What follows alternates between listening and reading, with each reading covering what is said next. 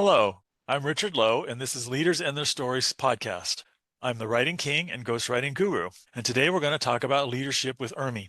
Urmi, why don't you tell us a little about yourself? Yes, thank you, Richard, for having me. My name is Urmi, and I'm calling from Montreal, Canada. I am a woman who wears many hats. I am a self-published author, speaker, mentor, blogger, YouTuber, and I'm currently a full-time employee in the financial sector. But everything else that I mentioned right now are all the things that I do in my free time. I'm also part of two organizations. The first one is called Women in Leadership, and the second one is called Family Influence. And the job of the two organizations are really to provide the tools to the women in the community to empower them. Great, that sounds like quite a resume there. So tell me first about your book. You wrote a book. That's right. I wrote a book. It was self-published in 2022, and basically my book it's a memoir. It's basically about my life in Italy as a third culture kid from a perspective of a South Asian woman, where I make a comparison and contrast between my two cultures. So my parents' culture, which is the Bengali culture, and my culture, the Italian culture, which is the culture that I got because I was born and raised in Italy. So So now that's you what the book is about. so now you have your Asian culture, South Asian culture, Italian culture, and Canadian That's right. culture all together, That's right. stirred up in a That's big right. And pot. yes, so basically, I consider myself Italian by birth and Bengali by blood. And basically, how it all started that when I was born in Italy, I was pretty much the first from the community, and I was also the oldest one. And I went predominantly to a school that was mainly populated by Italian people. There were not that many immigrant kids. So for me, I always felt I was misplaced. That's how I felt. I felt like I was not fitting in, even though no one made me feel otherwise. And basically, all my life, I had only Italian friends. So there was always that sort of like detachment where, Mhm. I did not feel enough of this. I did not feel enough of Bengali. I did not feel I was Bengali enough, especially when I was going home. Like, let's say maybe, even though I look like everyone else, I was very much aware that my mentality was very Western. And so there was a lot of conflict in that sense. So I always went through this internal struggle from a cultural point of view where I was not able to define myself. And then I think this problem became much bigger when I moved to Canada, when people would ask me the question, okay, where are you from? And this is where I struggled in coming up with an answer, because I was like, do I tell them I am Italian? Do I tell them I'm Bengali? But no matter what answer I gave them, people would question it, because even if I would say like, oh yeah, I'm Bengali, people would be like, okay, but why do you have such a strong Italian accent when you speak in English? And if I would say, okay, I'm Italian, then people would look at me and be like, okay, are you serious? You don't look Italian. And so that was the main struggle, I would say. Yeah. Okay, interesting, interesting. And when did you begin your path to being a leader? This one, it started, I would say, officially 19. It started when I joined the Toastmasters Club. I don't know if you are familiar with this club, which is a non-profit organization I dedicated to not empowering, but helping people to basically empower their leadership skills and to become better speaker. yeah, I've been a member for a And while. okay, there you go. Yeah. And so I joined Toastmaster in 2019, and this is where the word leader um basically just it was you just hear the word leader nonstop, and even their sentence, their motto is, this is where leaders are made. Mm. And I would say officially it really started when I became the VP of education. I did that for 2 years, and then I became the president, and that's when I learned that you gain so many leadership skills at Toastmasters that you can also apply in your day-to-day job. And what made me realize is that leadership is not just a title, but it's really about inspiring other people, encouraging other people, serving other people. And often I used to think, there was this misconception that I used to think that leadership is all about titles because that's how you learn it, but it wasn't like that. Right, so what is leadership? For me, leadership is really inspiring people and leading by example. Okay. Okay, I always think of leadership as basically somebody who gets a group to go in a certain direction, generally the goals of the organization that they're in. So if your goals of the Right. organization is to improve profit by 3%, then your goal as, say, a VP is to get your group going in that direction. And Mm-hmm. that's Mm-hmm. basically the root definition of leadership. Now, how you lead Mm-hmm. is a different question. Do you lead as a servant Mm-hmm. leader, or do you lead by example? There's all these different ways to lead. But Mm-hmm. that's the way I think of leadership. Now, Hmm. when you said VP of Education and president, you meant of the Toastmasters, correct? That's right. Okay. Okay. Not That's of right. Canada. Okay, good. Do you have any aspirations to be in the politics? Nope, Me neither. I was not at pretty all. adamant. No. At Good, all. good. What kind of things did you learn as in the leadership of Toastmasters? I learned many different things. I think Toastmasters is really not just a place about public speaking. It's about, organizational skills. It's about critical thinking. It's about being creative. It's about, building connections and communicating with your team. It's really, I felt that when I was the VP of Education, I am untapped some skills that I wasn't aware of, things that I was capable of. Mhm. And for me, like it was a lot about being creative because I could see that a lot of the times the club was very demotivated, very discouraged. So I had to think of ways on like, changing the energy, making sure that the members were motivated. And that's how I became much more creative. And I started to introduce things here and there, like, Monday motivation for like, I started to introduce this thing called Monday motivation from Urmi, which was like a short email where I would provide like, one tip on how to be, let's say, how to use better your body language or how to use pauses. Like every week there was something new. And basically the goal was really to boost up the energy of the club members. So that was one thing I started to do. The other thing I did was I introduced like, let's say the member of the month where I would like send an email to the club and recognize the work that one of the member did. Maybe one person and did, I don't know, two, three speeches per month, just to show them recognition because I feel like as leader you have to do that. And so for me, it was really about creativity, being creative on finding ways to really help your club, which goes back to the to what you said earlier. And as I was doing this, I could see that, that was helping with the retention, it was helping with the club Great. itself. And it must have been tough during the pandemic. Very tough, very tough. Indeed, the club that I was part of for 4 years, it no longer exists because it was just hard. People were really not motivated, and then we came to the conclusion that we had to really just close it. Interesting. Yeah, that probably Yeah, happened to a lot of organizations. Pandemic was a very difficult time for a lot of people. Difficult in that's multiple right. ways. Here in the States, basically money was given to people to help them survive, and that can have a demotivating effect on getting people to actually work. I know a lot of younger people who at the time, given all the various handouts, they were able to make, pay the rent and make a decent living without doing any work at all. So I asked Hmm. them, what are you doing? And they said, well, we're just playing video games and stuff. And it's like, well, use this time to because they had a year on that program. Use this time to invest in yourself, go to school, something. They didn't. Also, here's the thing. I know like a lot of clubs, just closed down during the pandemic, but public speaking, yes, there is like an etiquette when it comes to like speaking on videos and stuff like that, but you get most out of it when you're speaking in person. And so Mhm. I think a lot of people did not see that kind of value, and that was the issue. And I think there was also the Zoom fatigue, just staring at the computer the whole day, and then you're sitting down again for another hour or two for a meeting. I mean, it was nice. It's always nice to be part of a Toastmaster meeting. Like you get to learn so much, but I think you get so much more value when you're meeting in person. Like me, for instance, yesterday I attended an in-person meeting and it was so productive. I had so much fun and you get to connect and meet with other people. So there is pros and cons, like you still have to be good at speaking in front of a camera for sure. But I think you get most of it when you meet in person. Well, I'm on Zoom almost 12 hours a day sometimes, and there Um, is Zoom fatigue. Yeah. Yeah, there is Zoom yeah. fatigue. I jump from meeting to meeting, network group to network group, do these podcasts. I do a couple other kind of network groups like a writing critique group and things.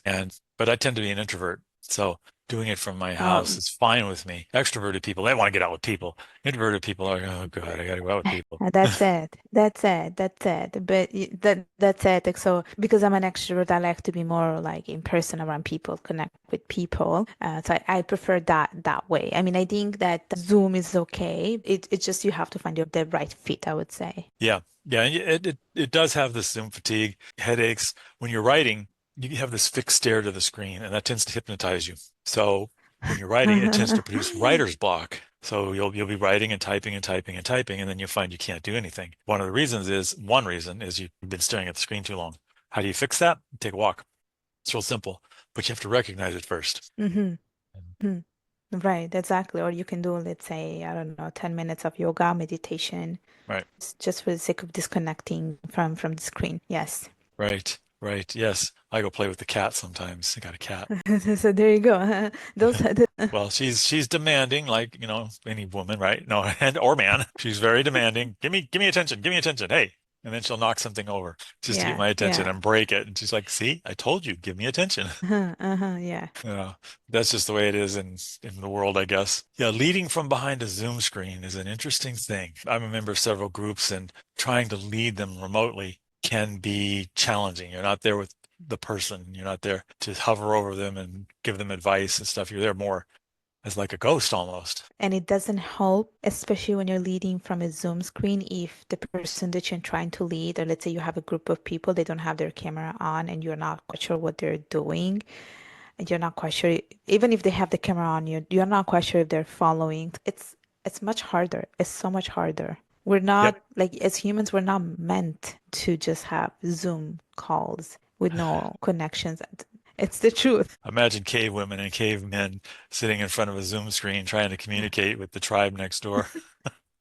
Probably wouldn't work back Yeah, in no, thousands and exactly. thousands of years ago. Yeah. But here's the thing, especially as a leader, I think that if you are, let's say, at the top of an organization and you're running an organization with people, it's so much harder to also lead through a Zoom screen because when you get together, you have collaboration and you ignite, ideas and Hmm. creativity, that there is that spark that comes, that you get when you're together. And one thing that we do, for instance, like we don't, like I work pretty much in from the office, and when we do meetings, for instance, we step away from the office and we go to a completely different, let's say, office, which is much nicer. And we can realize that it brings out a different side of us. Like we're much more motivated. I think it helps to have different ideas to implement, which is good on a long term, Like you don't get that from it at Zoom screen because sometimes some people they don't feel like talking, maybe they're shy, So it really depends. It's harder, I think. I think it is harder. I'm a ghostwriter and I have a lot of clients, and occasionally one of them will come visit me and we'll go off to a hotel room or something and rent the hotel for a few days and then do in-person meetings. And it's amazing how much we can accomplish in a weekend as opposed to, over a Zoom screen. It actually changes the dynamic quite a bit. Hmm I've only had a couple clients do that. It was very, very successful. So, That's it. the way it So, is sometimes. Yeah. yes. Yep. They were very interesting sessions because we could see each other flailing around and talk and yell at each other sometimes, and sometimes and then eat and calm down the nerves. And then we'd have a brainstorm, it was all pretty good. Exactly. It's the whole brainstorming part that Yeah. you get, and then you feel much more re-energized after these sessions. That's how I like to Right. describe them. Right. Well, very good. So these women's groups that you lead, what are they and what are they about? So the first one is called Women in Leadership and it's based Okay. in Canada. So basically it's a big organization based in Canada. So you have Women in Leadership Canada and then within the organization there are different chapters across the whole country. So you Okay. have one in Montreal, you have one in Toronto, Victoria, Vancouver and so forth. So I volunteer for the one in Victoria, like even though I'm based in Montreal. So I do it virtually. I'm the social media lead. So basically what I do, I run the Instagram account. I also do Instagram lives where I invite Mhm. coaches who Mhm. can be, let's say, coaches about leadership, communication, public speaking, LinkedIn. It depends. And basically we have, this Instagram lives. And then as an organization itself, basically we have a leadership development program that people can enroll to. We also have a mentorship program. And then each chapter does also its own thing. Let's say they have like a happy hour and a networking session for the women, or then let's say maybe they have, I don't know, let's say a yoga session where every woman, like all the women get together. But the reason why I joined this organization is because they really believe in this power of leadership and Mhm. the goal is to have more women in leadership positions. So because I resonated a lot with that, this is why I'm part of the organization. Interesting. Interesting. Yeah, I was talking to a person last night, and he's talking about the B-52 bomber that we use now, and he said that a lot of these bombers are crewed entirely by women, and it's very interesting that it's the dynamic is switched where they're not male. The Mm-hmm. bomber like that probably I think has 12 people or something, maybe 15, and Okay. a lot of them have are just full women crewed, and that was interesting to me that they could have that. Yeah. Yeah, it's interesting to see how things are shifting and moving around. But at the same time, I do think there is a long way ahead because I have spoken to different women from different parts of the industry, and everyone seems to be saying that they work in a very male-dominated industry where it's hard to, climb up the corporate ladder and it's hard to be a leader because of we are perceived as a woman. Hmm. And I can relate to it. I can. Unfortunately, it's just how it is, how the society is. It's like no one's fault. It's just that it's has always been like that. But we try to, instill confidence in this women to not give up and to always continue and go for what they want, especially if they want to be in a leadership position. So yeah. I'd say that's true of actually anybody like Gen Z's entering the workplace here, and they're facing a lot of obstacles. Young, they got a Yeah. mountain of debt from student loans. They probably took the wrong courses in college because you know, um, a literary arts degree is not going to help them a bit in finding a Mm-hmm. job. So they get out in the workforce and they have to still live with their parents. So they're facing a lot of the same stigma, maybe even more than a woman in the workplace because they've got all these things in the way. That's right. I do agree that for Gen Z, is much harder. And I can see it. I can see it around the people that I interact with. In a way, I do feel like they're very much, I don't know if it's the right word, like shadowed. I think they're very much protected, pampered by their parents, and I don't think it helps them. I don't think, like, I feel like myself, I'm a millennial, so I feel like every time I speak with the Gen Z, I can already see you know, th- how different we are. Very They've different. And I very different. And I think Gen Zs are in a way are not even taught to be independent or to think independently. And I think the pandemic did not make it easier for them, like some of them graduated during the pandemic, some of them had to look for a job during the pandemic, some of them started university in pandemic, things changed and they see things differently. And the world has changed, like even the workforce has changed. Many years ago you could not work from home, but now it's part of your normal right, routine. So I right. And think things change and it's I found a lot of the yes. same blocks and barriers with older people, the baby boomers who still want to work. The ageism there is incredible. And having faced it myself, it is just, I mean, it's almost impossible for somebody who's in their late 50s, 60s to find a job, much less 70s, and keep a job because they don't want to hire an older person. And that's a shame because those people have.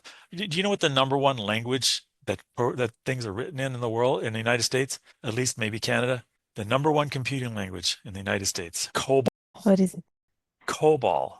COBOL is a Oh, language from the 1960s and 70s. All financial firms and things like that use COBOL, Fortran, things like that. These are old languages that were all handwritten. Millions and millions of lines of this stuff is there. okay. It's not nobody, and the people who know it are getting older and they're aging out of the workforce. So if 70%, that's the statistic that I heard, of code is written in COBOL, which nobody wants to support anymore because it's not sexy like AI stuff, then what's going to happen when all those baby boomers age out? The problem is a lot of the banks and big companies are supported by COBOL and they don't even know it. So Right.